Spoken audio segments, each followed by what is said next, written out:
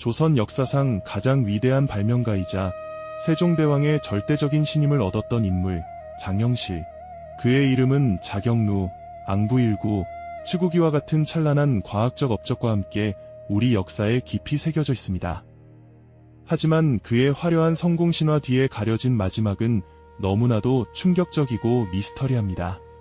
그는 곤장 80대를 선고받고 마치 연기처럼 역사 속에서 호련히 사라져 버렸거든요. 조선 최고의 과학기술자였던 그가 이런 비참한 최후를 맞이해야만 했을까요? 그리고 도대체 어떻게 하루아침에 역사에서 완벽하게 지워질 수 있었던 걸까요? 우리가 알고 있는 장영실의 눈부신 성공 이야기, 그 이면에 숨겨진 충격적인 비극과 단순한 사고를 넘어선 차가운 권력 다툼의 실체를 지금부터 파헤쳐 보겠습니다. 한 천재의 운명을 송두리째 뒤바꾼 조선시대의 냉혹한 현실, 그 깊숙한 곳으로 여러분을 안내합니다. 이야기의 시작은 한 명의 비범한 아이로부터 출발해야 합니다. 장영실은 동래현의 관노, 즉 노비 신분으로 태어났습니다. 당시 조선 사회에서 노비라는 신분은 결코 벗어날 수 없는 족쇄와도 같았죠. 하지만 그의 내면에 잠재된 천재성은 그 어떤 신분의 벽으로도 가둘 수 없었습니다. 어린 시절부터 그는 남다른 손재주와 사물의 원리를 파악하는 총명함을 보였습니다. 기록에 따르면 가뭄으로 고통받는 농민들을 위해 수로를 만들고 복잡한 기계를 수리하는데 놀라운 재능을 보였다고 전해집니다. 아마도 그는 어두운 창고 구석에서 남몰래 버려진 기계 부품들을 만지작거리며 밤을 새웠을 겁니다. 삐걱거리는 나무 톱니바퀴의 맞물림 속에서, 녹슨 쇠붙이의 움직임 속에서 세상의 이치를 깨우쳐 나갔던 거죠. 그의 이런 비범한 재능에 대한 소문은 조금씩 퍼져나가기 시작했고 마침내 한양의 궁궐에까지 닿게 되었습니다. 그 소문은 당시 조선의 새로운 미래를 꿈꾸던 젊은 군주 세종의 귀에 들어가게 됩니다. 세종은 즉위 초부터 강력한 국가를 만들기 위해서는 무엇보다 과학기술의 발전이 필수적이라고 굳게 믿고 있었습니다. 백성들의 삶을 풍요롭게 하고 국방을 튼튼히 하기 위해서는 우리만의 정확한 시간과 역법, 그리고 뛰어난 무기가 필요했기 때문이죠. 그는 신분이나 출신을 가리지 않고 오직 능력 있는 인재를 찾기 위해 전국의 눈과 귀를 열어두고 있었습니다.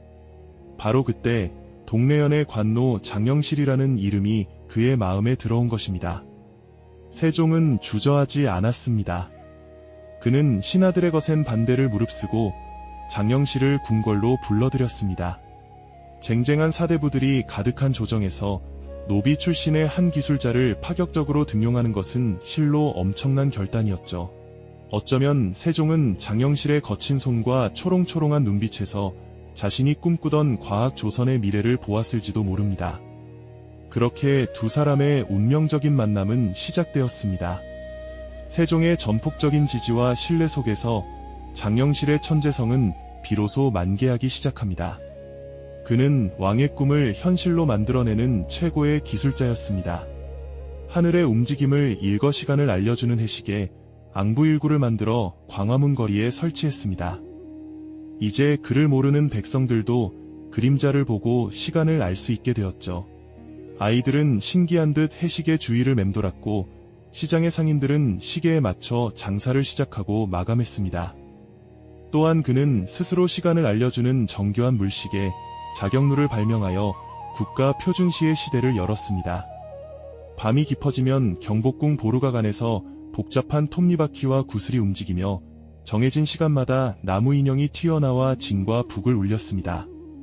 그 소리는 백성들에게 안정감과 질서를 선물했습니다. 뿐만 아니라 세계 최초의 우량계인 치구기를 만들어 가뭄과 홍수에 대비할 수 있는 과학적인 기틀을 마련했습니다. 전국의 농부들은 이제 하늘만 바라보며 애태우는 대신 치구기에 모인 빗물의 양을 보고 체계적으로 농사를 계획할 수 있게 된 겁니다. 장영실의 발명품들은 단순한 기계가 아니었습니다. 그것은 백성을 사랑하는 왕의 마음과 그것을 실현시킨 한 천재의 땀과 열정이 빚어낸 결정체였죠. 궁궐의 밤은 깊어만 갔지만 한 정각의 불은 꺼질 줄 몰랐습니다. 그곳에서는 임금과 노비 출신의 기술자가 머리를 맞대고 앉아 있었습니다. 세종과 장영실은 신분을 뛰어넘어 서로의 지식과 영감을 나누는 동지이자 벗이었습니다. 세종이 천문학과 수학이론을 바탕으로 새로운 아이디어를 제시하면 장영실은 그것을 눈앞의 현실로 구현해냈습니다. 때로는 밤늦도록 함께 설계도를 그리고 때로는 새벽까지 나무를 깎고 쇠를 다듬으며 열띤 토론을 벌였습니다. 두 사람이 함께 꿈꾸었던 과학 조선의 이상은 그렇게 궁궐의 작은 연구실에서 무르익고 있었습니다. 세종은 장영실에게 면천, 즉 노비 신분을 벗겨주고 종삼품 상호군이라는 높은 벼슬까지 내렸습니다.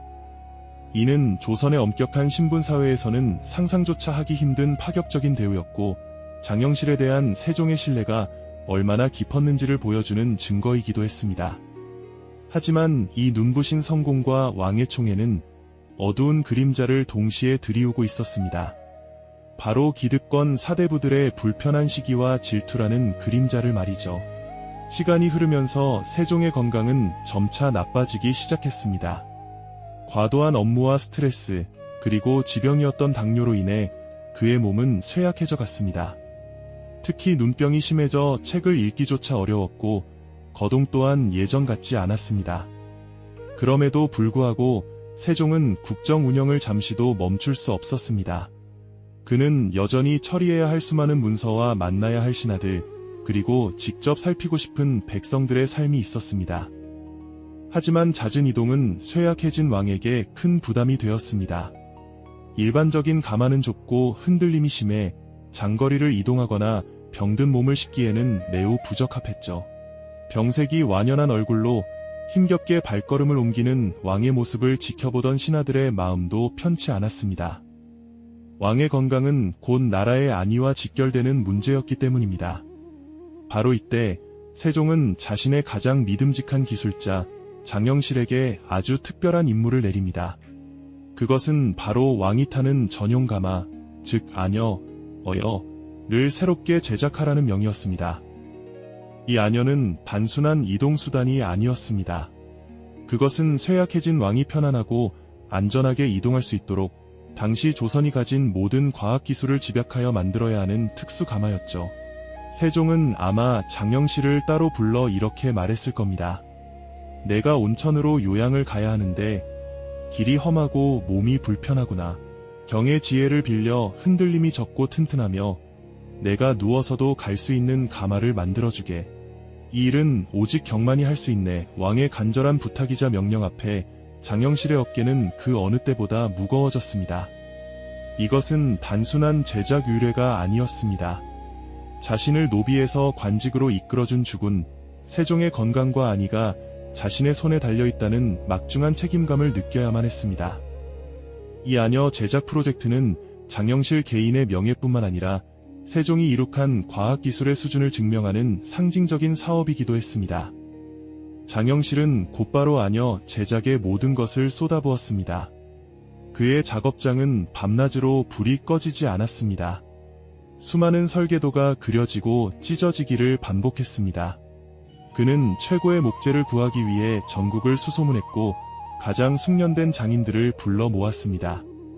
그는 단순히 크고 화려한 가마를 만드는데 그치지 않았습니다. 가장 중요한 것은 바로 안전성과 편안함이었습니다. 어떻게 하면 지면의 충격을 최소화할 수 있을까? 그는 아마도 현대 자동차의 서스펜션과 같은 충격 흡수 장치를 고안하기 위해 골몰했을 겁니다. 가마의 무게를 효과적으로 분산시키는 구조를 찾기 위해 며칠 밤낮으로 계산에 매달렸을지도 모릅니다. 설계도를 손에 쥔 채 깊은 고민에 빠진 그의 얼굴에는 왕에 대한 충성심과 기술자로서의 자존심이 함께 어려 있었습니다. 이 프로젝트는 그의 모든 지식과 경험을 총동원해야 하는 가장 어렵고도 영광스러운 과업이었죠. 몇 달간의 고된 작업 끝에 마침내 새로운 아녀가 완성되었습니다. 그 이용은 실로 대단했습니다. 기존의 가마보다 훨씬 크고 웅장했으며 정교한 조각과 화려한 단청으로 꾸며져 왕의 위엄을 드러냈습니다. 완성된 아녀가 처음으로 궁궐들에 들어서는 날 수많은 궁인과 신하들이 나와 그 모습을 지켜보았습니다. 모두가 그 규모와 아름다움에 감탄을 금치 못했죠. 하지만 그 웅장함 속에는 어딘지 모를 불안한 기운 또한 감돌고 있었습니다. 몇몇 신하들은 멀찍이서 팔짱을 낀 채 아녀를 만든 장영실을 향해 곱지 않은 시선을 보냈습니다. 그들의 눈에는 감탄보다는 시기심과 의심이 가득했습니다. 노비 출신 주제에 분수도 모르고 저리 사치스러운 물건을 만들다니, 저렇게 크고 복잡한 물건이 과연 안전하기는 할까 하는 수군거림이 들리는 듯했습니다. 그들에게 이 거대한 아녀는 장영실의 과도한 욕심과 교만의 상징처럼 보였을지도 모릅니다. 그리고 그들의 불길한 예감은 안타깝게도 머지않아 현실이 되고 맙니다. 사건은 1442년 3월 비바람이 몰아치던 어느 날 밤에 일어났습니다. 세종은 이천에 있는 온천으로 요양을 떠나기 위해 막 채비를 마친 상태였습니다. 그는 새로 만든 아녀를 시험 삼아 타보기로 했습니다. 왕이 머무는 처소인 강령전 앞에서 세종은 신하들의 부축을 받으며 조심스럽게 아녀에 올랐습니다. 하지만 왕이 자리에 앉고 가막군들이 아녀를 들어 올리는 바로 그 순간 끔찍한 일이 벌어지고 말았습니다. 갑자기 우지끈하는 섬뜩한 소리와 함께 아녀의 한쪽 축이 부서져 내린 것입니다. 거대한 가마는 순식간에 균형을 잃고 한쪽으로 심하게 기울어졌고 안에 타고 있던 세종은 그대로 바닥으로 굴러떨어졌습니다. 모든 것이 눈 깜짝할 사이에 일어난 일이었죠. 어둠과 빛 속에서 터져나온 비명과 당황한 사람들의 외침이 궁궐을 가득 메웠습니다. 순식간에 궁궐은 아수라장이 되었습니다. 놀란 궁인들과 내시들이 비명을 지르며 달려왔고 호위 무사들은 황급히 왕을 에워쌌습니다. 세종은 다행히 크게 다치지는 않았지만 놀람과 충격으로 고통스러운 표정을 감추지 못했습니다. 왕의 용안에 흙과 먼지가 묻고 옥체가 땅에 나뒹굴었다는 사실만으로도 이것은 조선왕실 역사상 전례 없는 대형 사고였습니다. 왕의 안전을 책임져야 할 궁궐 한복판에서 그것도 왕이 직접 타는 가마가 부서졌다는 것은 단순한 사고를 넘어 국왕의 권위에 대한 심각한 도전으로 받아들여졌습니다.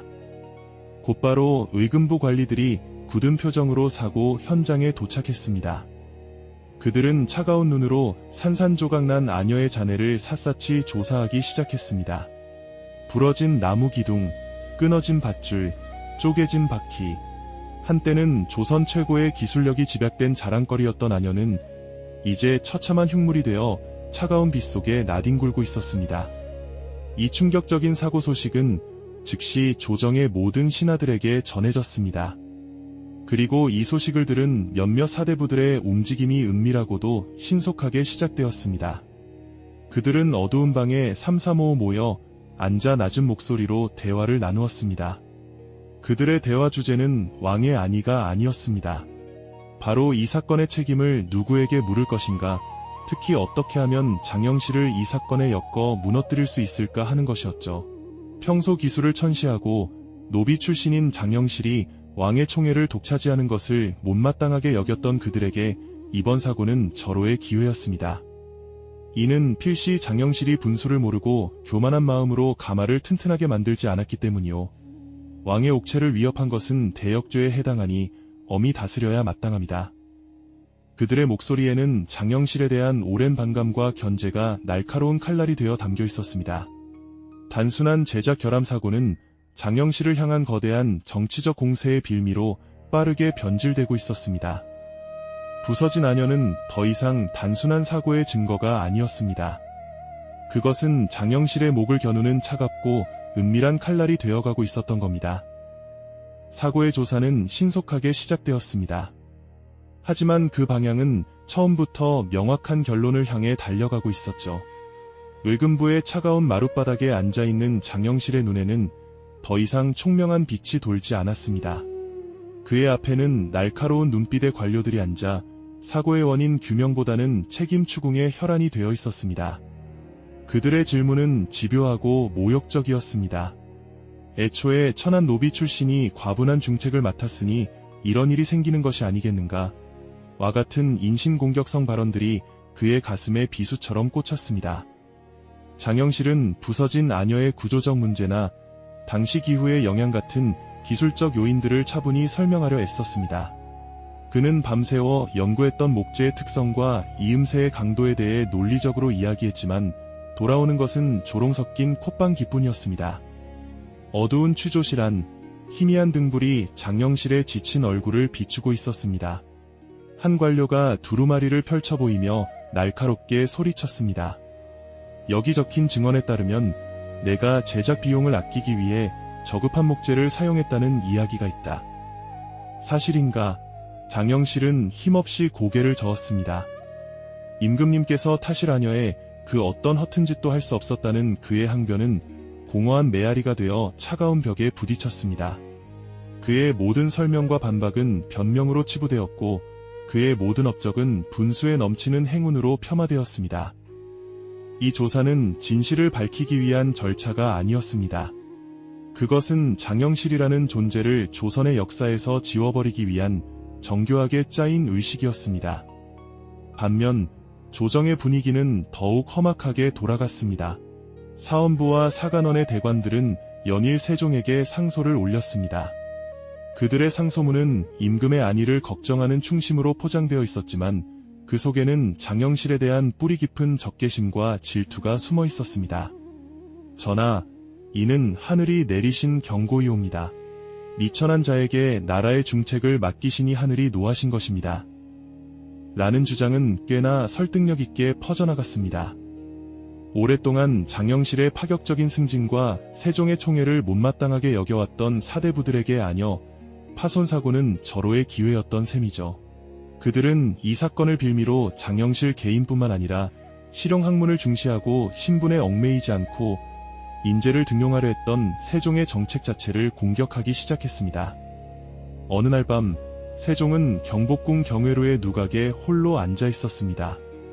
그의 앞에는 장영실을 탄핵하는 상소문들이 산더미처럼 쌓여 있었죠. 달빛이 차갑게 누각을 비추는 가운데 세종은 깊은 고뇌에 잠겼습니다. 자신의 건강을 염려하여 아녀를 만들었던 장영실의 충심, 함께 밤을 새워가며 조선의 하늘과 시간을 연구하던 지난 날들이 주마등처럼 스쳐 지나갔습니다. 세종에게 장영실은 단순한 기술자가 아니었습니다.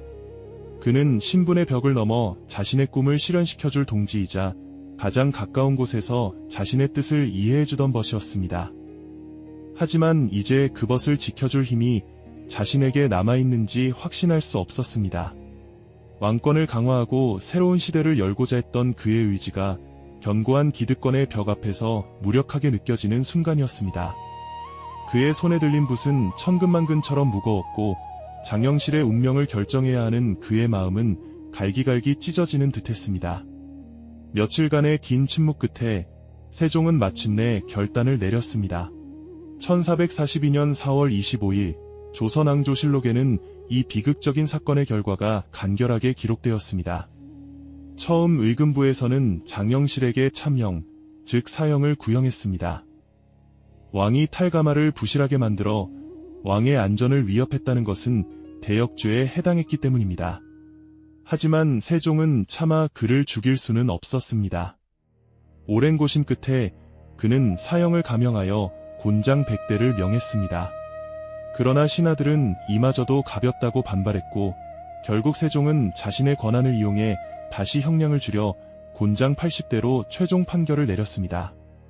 이것이 세종이 자신의 가장 아끼는 신하에게 해줄 수 있는 마지막 배려이자 동시에 왕으로서 내려야만 했던 냉혹한 판결이었습니다. 판결이 내려지던 날 어전 회의장은 얼음장처럼 차가웠습니다. 세종은 용상에 앉아 있었지만 그의 표정은 그 어느 때보다도 고통스러워 보였습니다. 그는 떨리는 목소리로 판결문을 읽어 내려갔습니다. 장영실은 묵묵히 그 모든 것을 듣고 있었습니다. 그는 왕을 원망하지 않았습니다. 왕의 고뇌와 정치적 입장을 그 누구보다 잘 알고 있었기 때문이죠. 어쩌면 그는 자신의 운명이 이렇게 끝날 것임을 예감하고 있었을지도 모릅니다. 노비 출신으로 종삼품 대호군까지 올랐던 기적 같은 삶. 그 시작을 열어준 것도 세종이었고 그 끝을 맺는 것도 결국 세종의 손에 달려 있었습니다. 형 집행 당일 차가운 바람이 부는 형장에는 무거운 침묵만이 흘렀습니다. 장영실은 묵묵히 형틀에 엎드렸습니다. 그의 등 위로 곤장이 내리쳐질 때마다 둔탁한 소리가 울려 퍼졌지만 그는 비명 한 번 지르지 않았다고 전해집니다. 그것은 단순한 매질이 아니었습니다. 그 한 대 한 대에는 그가 평생 쌓아올린 모든 업적과 명예, 그리고 세종과 함께 꾸었던 과학 조선의 꿈이 함께 부서져 내리는 소리였습니다. 80대의 곤장이 모두 끝나고 그는 거의 의식을 잃은 채 형장에서 끌려 나왔습니다. 그리고 그것이 역사에 기록된 장영실의 마지막 모습이었습니다. 그날 이후 장영실이라는 이름은 조선왕조실록을 비롯한 그 어떤 공식 기록에서도 찾아볼 수 없게 되었습니다. 마치 처음부터 존재하지 않았던 사람처럼 그는 완벽하게 역사 속에서 증발해버렸습니다. 그가 어디서 어떻게 생을 마감했는지, 남은 여생을 어떻게 보냈는지에 대한 기록은 단 한 줄도 남아있지 않습니다. 어떤 이들은 그가 형벌의 후유증으로 얼마 살지 못하고 죽었을 것이라 추측하고, 또 다른 이들은 그가 어딘가로 숨어들어가 조용히 여생을 보냈을 것이라고 이야기합니다. 하지만 모든 것은 추측일 뿐, 진실은 저 너머 시간의 안개 속에 가려져 있습니다. 장영실의 비극은 단순히 한 천재의 몰락을 의미하지 않습니다. 그것은 신분제도의 높은 벽 앞에서 좌절된 혁신의 꿈이자 기득권 세력의 질투와 견제 속에서 쓰러져간 시대의 아픔을 상징합니다. 세종은 장영실을 버린 것이 아니라 그를 지켜줄 수 없었던 겁니다. 왕이라는 절대 권력조차도 시대의 거대한 흐름과 견고한 사회 시스템 앞에서는 한계를 가질 수밖에 없었던 것이죠.